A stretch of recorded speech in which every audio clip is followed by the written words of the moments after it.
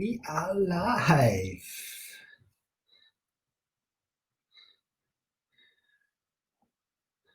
Just see if our super fans are going to jump on today. Hope everyone's doing all right. Happy Wednesday. Wednesday. Oh, what a day.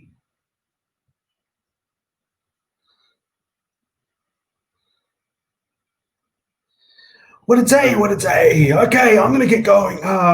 And yeah, hopefully some peeps jump on as we go. But if you end up watching this later, then awesome. Hello, good people. Thanks for tuning in, or whenever you did tune in to this.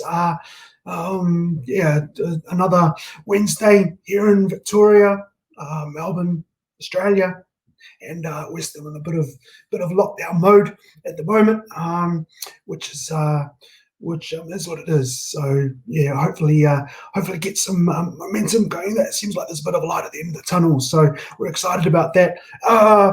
As always, just want to make sure that we acknowledge the custodians and the traditional owners and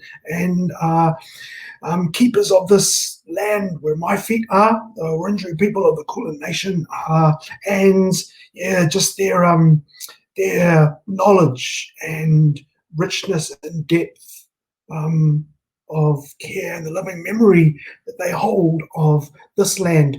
And we're just having a bit of a conversation meeting early this morning. The reality that returning to a COVID normal, there's some ways of thinking and being that's there's a potential return to, and that we sit on top of that. We sit on that.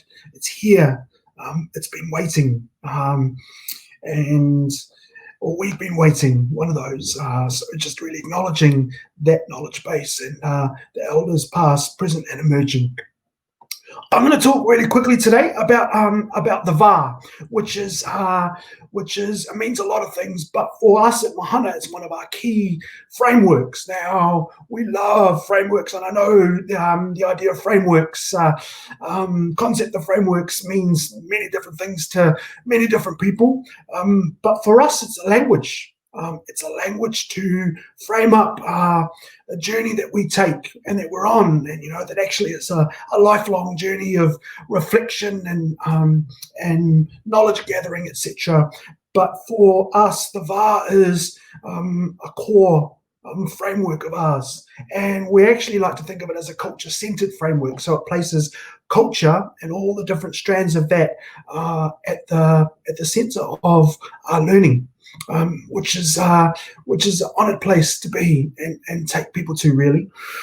So we dig a framework. We really are lucky to have a number of constructs of culture. We lean into Mark Kapolson's intercultural framework and as an Indigenous lens, but VAR is Mahanas.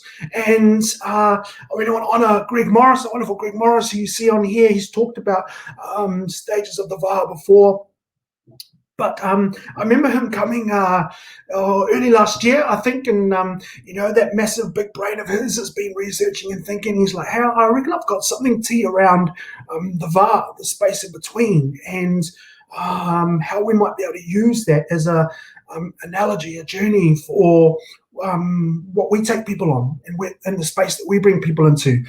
And I was like, yeah, cool, sounds amazing, and I knew Greg was going to keep going, and then eventually he came and presented this amazing VAR, and VAR literally means the space between us, which is often a space not recognized or addressed. We often think of nodes, like here's a node we're going to, but actually the space in between determines that relationship and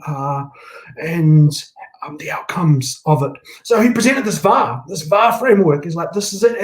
It spoke to mine and Greg's cultural tale, or important part of our cultural tale, being a Polynesian Samoan language, framework, but it was focusing on this space between us that's can be so powerful. And yeah, we're reading Tyson Yunkaporta's book Sand Talk. He talks about that actually space is the biggest mass in the universe. It's that's where all the good stuff happens. It's that space between. So Greg came to me, was super excited. Presented it to the rest of the team, who were just as pumped, and then we had our first couple of hit outs, and it was really evident from then that it was the one.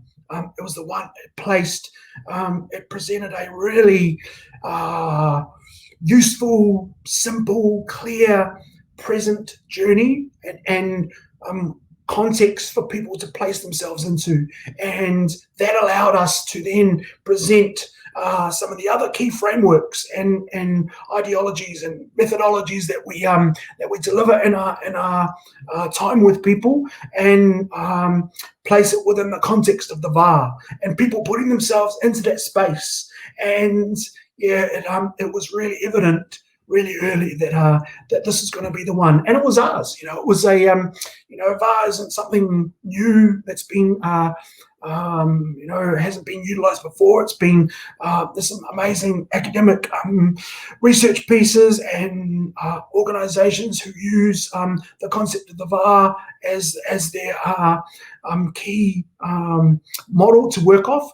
But for us, as a pedagogy, a culture-centered pedagogy learning journey, it was ours and unique to our language and way of being, which is really special. I love the VAR, and it's really interesting. We use it in the context of our meetings, our conversations with between ourselves, but also with others as well. And it's conceptual.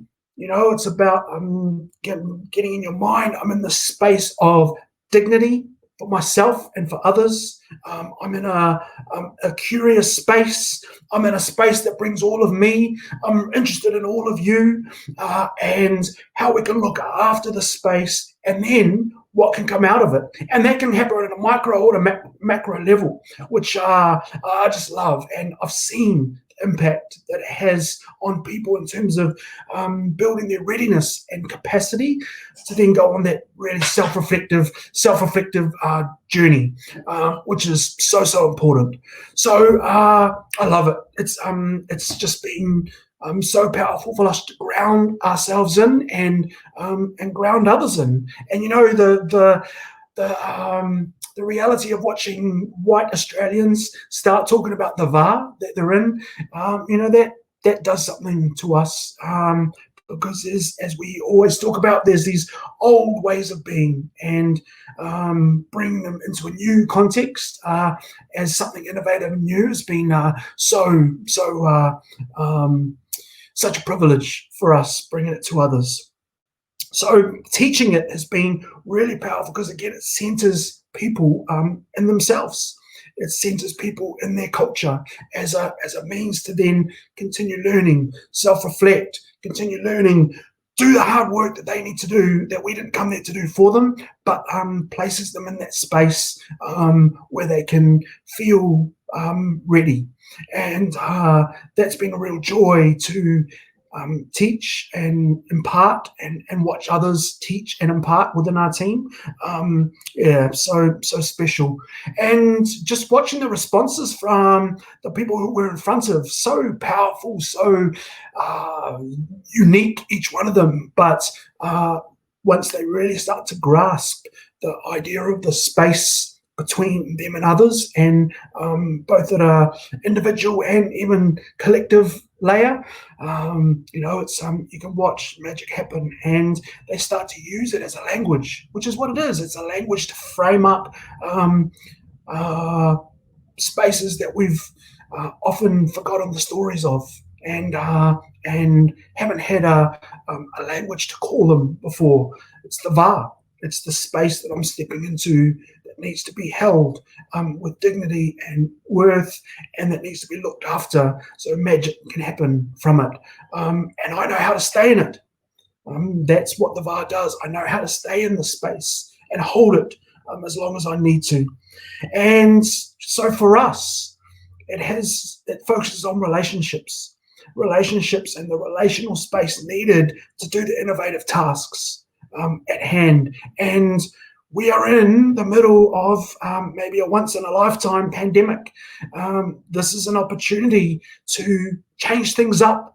And, the relational component of the last 5-6 months has been amazing to watch.